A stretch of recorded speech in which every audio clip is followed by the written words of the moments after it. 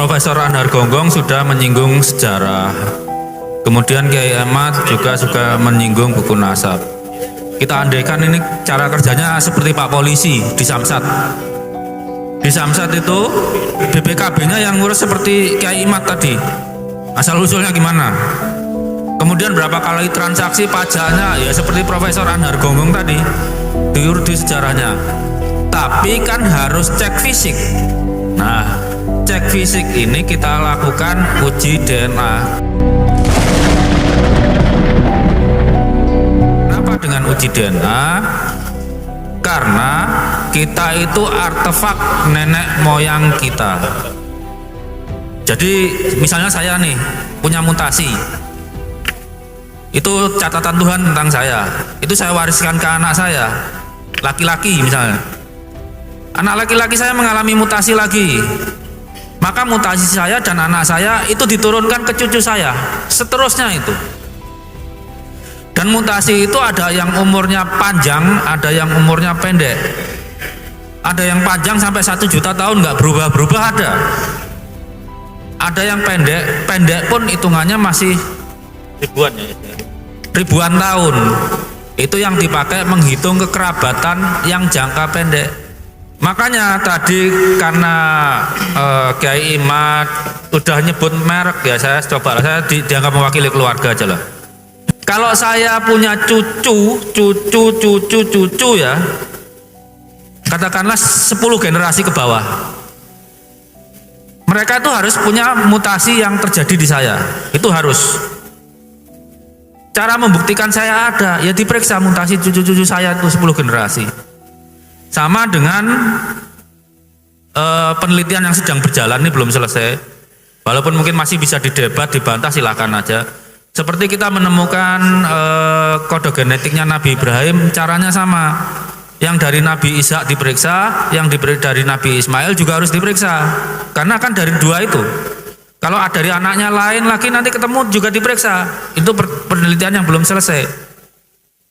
Kalau kasus Sayyid Ubaidillah itu diakui sebagai kakek moyang Ba'alawi, ya. Untuk membuktikannya secara genetika, maka kita harus menemukan penanda genetik itu di setiap cucunya. Punya semua harusnya laki-laki. Itu kewajiban Ba'alawi untuk membuktikan berbakti pada kakeknya. Caranya. Karena kalau dia gurus lurus laki-laki, itu haplogrupnya pasti ada yang sama, haplotype-nya ada yang sama. Kecuali kalau bayi ketuker di rumah sakit ya mbuh. Tapi sepanjang dia hasil nikah atau budak, itu harus sama. Itu. Makanya kalau dalam genetika kita membuktikan nasab jauh ke atas itu bisa. Cuma yang jadi masalah kan interpretasi dengan buku sejarah. Kita periksa kode-kodenya, tapi kan harus dibantu buku sejarah siapa orangnya. Nah, sekarang masuk ke bagaimana materi itu diturunkan. Ayah ibu kita itu punya materi yang untuk nyatat nasab tadi namanya kromosom. Kromosom ada DNA, DNA itu ada bahan nukleotida segala macam lah ya. Dari ayah kita dapat autosom sama kromosom Y.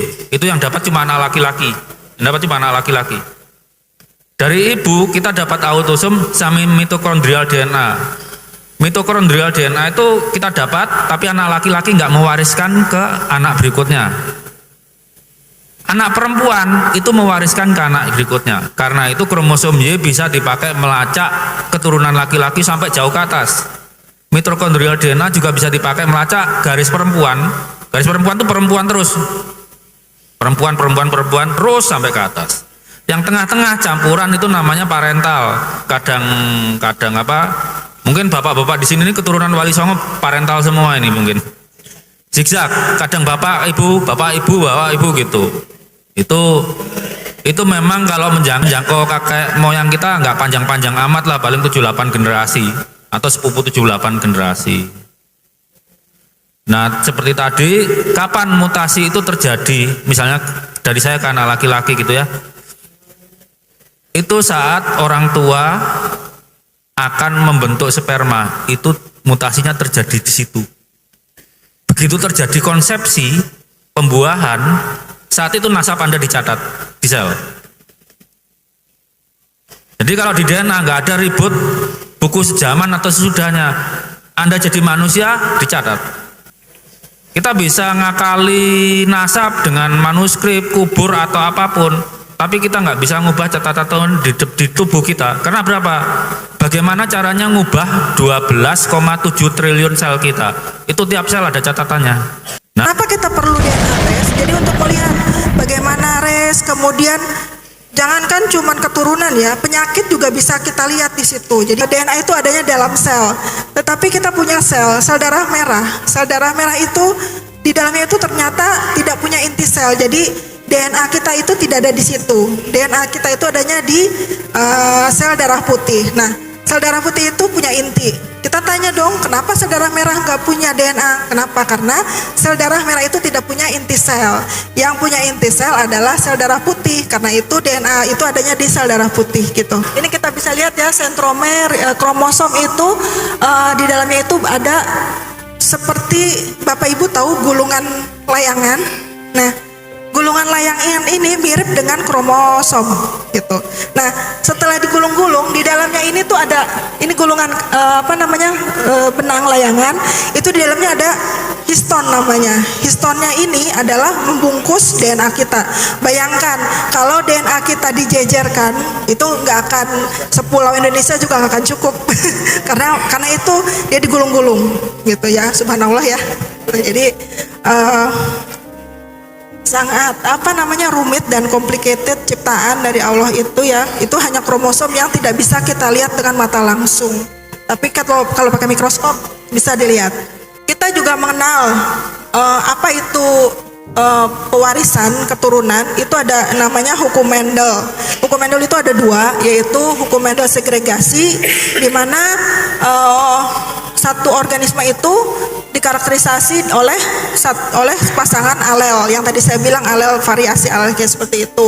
Kemudian yang kedua adalah independent assortment. Jadi selama formasi gamet itu nanti akan ada rekombinasi di dalamnya.